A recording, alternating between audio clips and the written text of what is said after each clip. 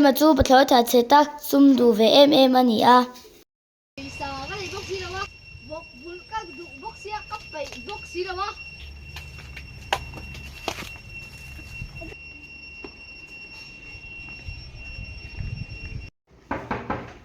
Rút rồi. Yêu mô. Ồ mẹ em chỉ vào tầm mà chú không một lại chắc gì? Anh em mình một cái chú. Tụi nó chú có hát sao tụi em đang ngồi sao đây in này thấy bị. Anh cái chú lo lá không vào này đâu ạ. Mình lo phải mấy rồi. Lo là có hi ở đó tụi cái này xí là ba. Rồi ngay thì nè. Bên con tình mà thì nó sẽ tội nè. Ê, đi về tụi này chứ. Nhớ đi về nhà rồi cái cô cả cả đây rồi. Nhớ có số môi đâu để họ là. Lo rồi chân là cái chú bơi bắc này nè. Cái mà như anh tôi này nè, bên là mình làm tôi này. Dạ. Bây giờ cái này bốc xí đâu? Chỉ vào tầm bằng hết luôn con đi tiếng. Anh phải em bằng chung một.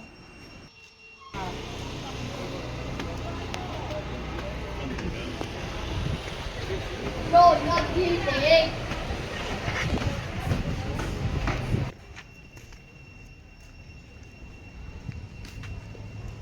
Kapu luôn đi về cái đồ. Chú tiếng in luôn cái tụi mày. Tụi nó chung har sao tụi cái luôn là cái đồ. Anh nghe nó nhìn thấy gì không? Tụi thật thấy nó tụi mà sẽ tụi cùng chú xí vắng in ăn thêm cái tụi vắng in bún trần thật đấy cái đồ. Luôn cần biết cái chuyện thật tin đi rồi mà vậy. Ôi cái kapu mình phải chung cả lồng mất tăng. Cha nuôi rồi mà bao cái chuyện ăn cái thùng nó làm ra cái tụi cái po cái thùng này cái bánh nào đi tụi luôn đi khai lãn tí xì à anh mang rồi mà em bắt đi rồi bắt tỏng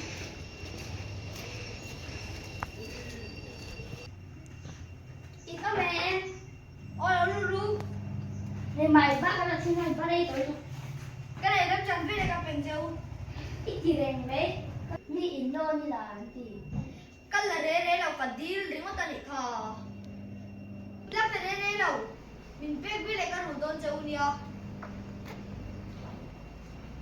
luôn là về là mình về để mình về mình nghe chứ cái đầu có để bắt đầu nhau có rồi ôm cần về nghe chứ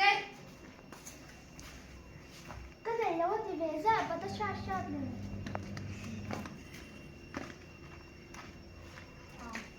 thì có bùng lệ to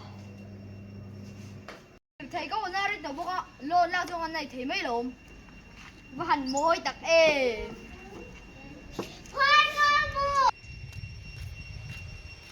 nhưng mà chú không hay cởi con ra thấy cả bộ ra nào mà đi lúc con các bộ sẽ cũng mi đồn đi là khôi em đi ngay mày em đi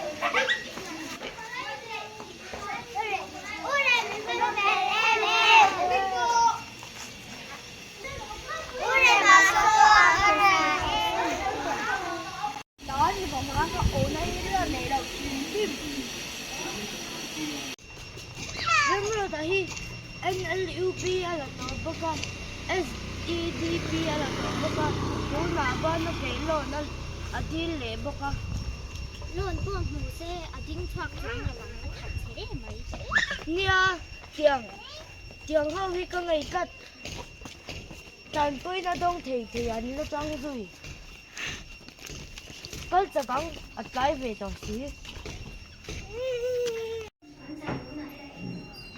đây máy bây giờ ba đây mình phải luôn đang ra đây luôn tụi bay qua khai đi để so bây giờ con lấy cái này tổ miệng luôn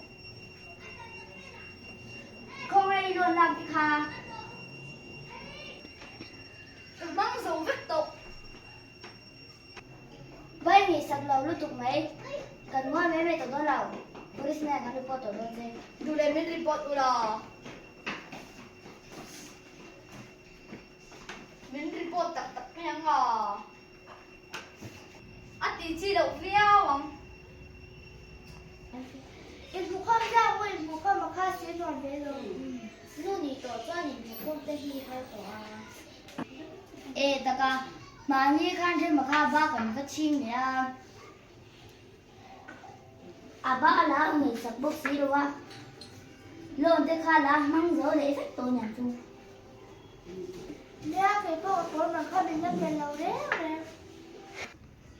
police đây là cái report đó chỉ cần xem ô đây là tìm mắc duy là giáo nào Ở văn giáo nhiều ê Police nên nó report là hi mà là tập tập ông sẽ làว่า avoid tập tập. anh này tôi thấy là cần lo sự phát triển là nghỉ tụ mà à ba in thiên về thì quên nhỉ tụ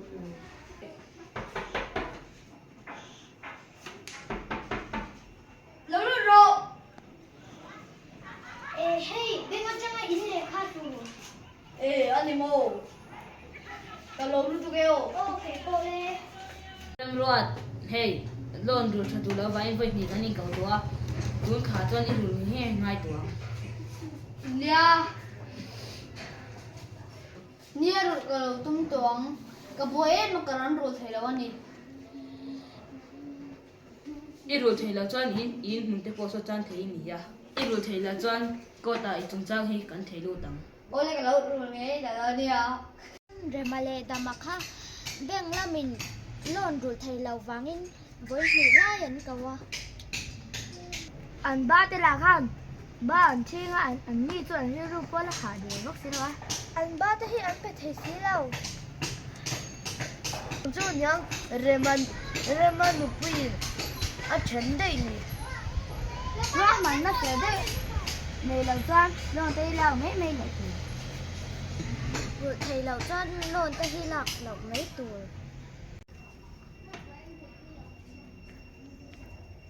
Rồi là khi chị mấy mày trên lầu, rồi thấy đó là chân lầu là lầu lối là.